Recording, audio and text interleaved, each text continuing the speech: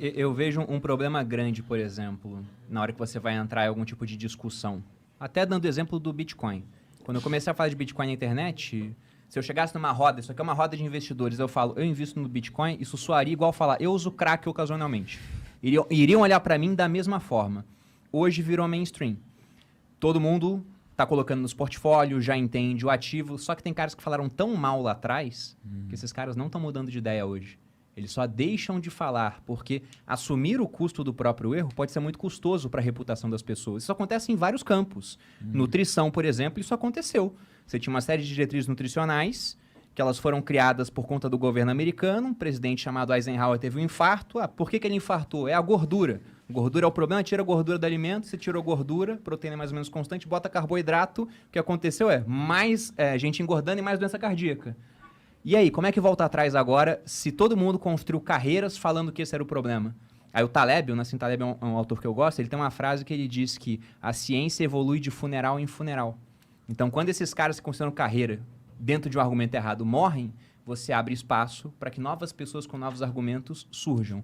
Mas o ser humano, em ponto de discussão, essa questão do Sócrates acontece hoje, só que em vez de tomar veneno, você é cansado em rede social. Sim, e esse é o meu erro, porque eu não entendo isso e, portanto, eu acabo tomando veneno, é isso? Cara, o João citou o estoicismo. Eu vejo da seguinte forma, né? O Sêneca, que é um autor estoico, ele tem uma frase onde ele diz que nenhum sábio se revolta contra a natureza. Sim. Isso é a natureza humana, cara. Não tem solução. O debate vai ser sempre raivoso. Ainda mais na internet. Sim. Porque no debate presencial, se a gente começa a divergir muito das ideias e uma hora você usa um argumento ou me ofende demais, talvez isso termine em embate físico. Então, a simples sombra da ameaça de embate físico controla os argumentos. Na internet não tem. O cara pode xingar a tua família até a 15ª geração e daí?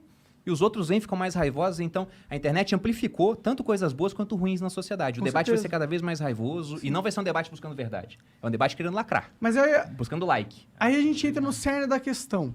Que como que a gente lida com isso? Entendeu? A gente sabe que a gente está vivendo num ambiente cada vez mais tóxico, onde se expressar nas redes sociais está cada vez mais difícil. Como que a gente lida com isso? A gente deixa de se expressar? A gente se expressa de uma forma mais polida? O que vocês acham? Eu acho que o que acontece, o grande vilão da inteligência e também do sucesso é o ego, velho. O ego, cara, é uma sereia que te alimenta e que, porra, ela fica te falando, te mostrando que você é foda, hein, meu? Você é inteligente, hein, cara? Você é demais, hein? Boa colocação, hein? E aquilo vai te inflando. Vocês devem lembrar daquele ator, morreu, um diretor de cinema chamado Antônio Bujanra. Lembra que tinha Provocações? Ele tinha um programa na Cultura chamado Provocações. Vocês devem lembrar, os caras. Porra, João. Eu fui muito longe? Eu acho que... Não, se liga. Ele fez...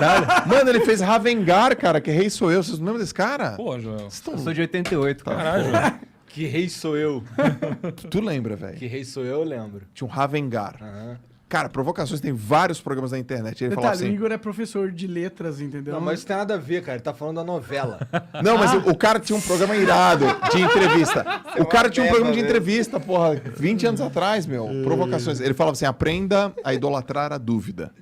Eu acredito que uma das maneiras legais, assim, importantes, férteis da gente exercitar a filosofia é o oposto da egocentricidade, que é a humildade.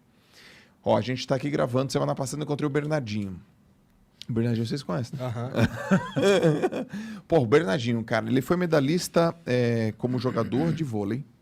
Depois ele foi medalhista com o time masculino. Depois ele foi medalhista olímpico com o time feminino. Depois ele foi de novo com o masculino. 20 anos de seleção brasileira. Mas ele não tem 800 medalhas. Deve ter... Pô, ele tem 7 medalhas olímpicas, cara. E aí eu tava com ele semana passada e eu falei assim, pô, Bernardinho, você deve estar muito experiente agora como treinador, né? Daí, olha o que ele respondeu para mim, eu tô cheio de dúvida. Então, ouvir isso daquele cara foi para mim um exercício de humildade, estar aberto a aprender. E a terceira coisa é tolerância, velho. Tolerância é... Porra, você gosta do Corinthians, outro gosta do Flamengo, eu vou te matar. Você gosta, vai para um lado, vai para o outro, eu vou arrebentar com você. Não tem tolerância. E na internet, sobretudo, o cara se esconde. A internet, cara, ela estimula muitos covardes. Muitos covardes. O cara não falaria o que ele tá falando no chat se ele visse a gente ao vivo, né? No Não tete a existe tete. hater ao vivo. É. Não existe hater ao vivo. Então, o Mas cara... Joel, 1,90 m, pô. É, Fala Fração, né? porra, e tá, tu é um cuzão, tu é isso aqui. Mas se a gente se trombar no olho a olho, o cara não falaria Pô, isso. bora tá? tirar uma foto. Bora tirar uma foto. Então, cara, ele é covarde, egocêntrico, zero tolerante, não sabe minha história de vida, não sabe de onde que eu vim, não sabe meu pai, minha mãe, não sabe a minha bucha, porque tu tem uma bucha, mas a minha bucha é pior do que a tua. Sempre é. Caralho, velho. Porra, não, mas é você tal coisa, mas é porque você é rico, porque você não sei o quê, mas porque você não sei o que lá. Todo mundo tem uma bucha, cara. Então o cara não tolera, não é humilde, é egocêntrico pra caramba e se acha inteligente. Aí ele se perde nessa questão. Onde eu busco, sei lá, informação e alimentação? Sempre nos caras que ficaram mais tempo no game.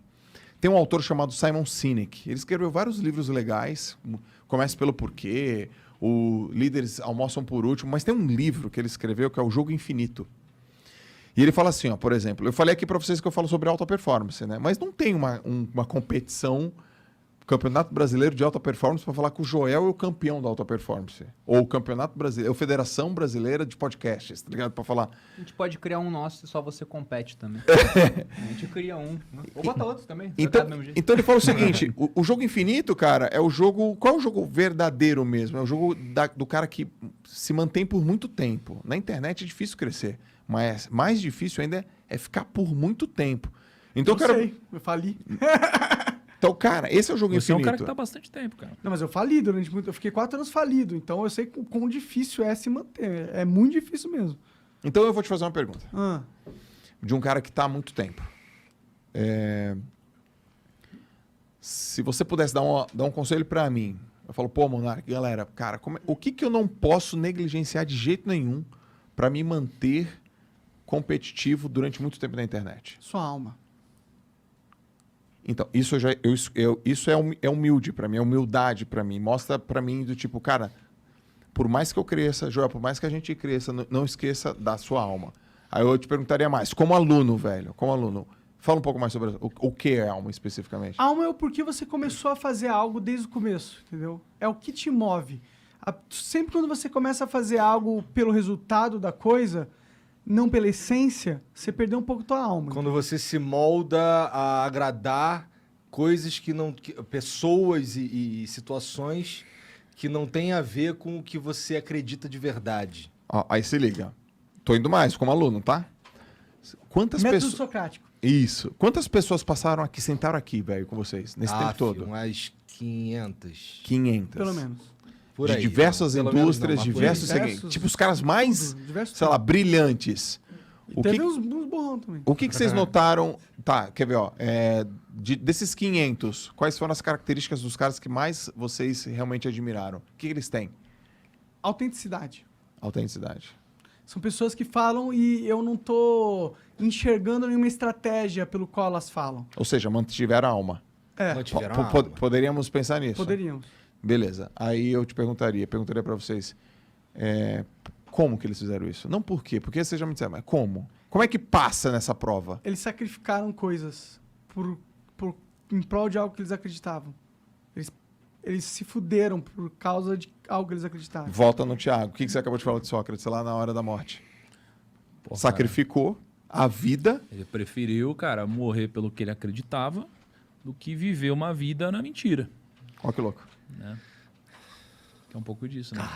Caralho, então demos toda uma volta aqui. E não bebemos Não, eu bebi. Fale por você. E sabe o que é muito louco? Deixa eu te perguntar uma coisa, você gostaria de viver de YouTube? Fazer seu próprio horário, trabalhar de onde você quiser e principalmente gerar muita receita? Pois é, hoje é a sua chance.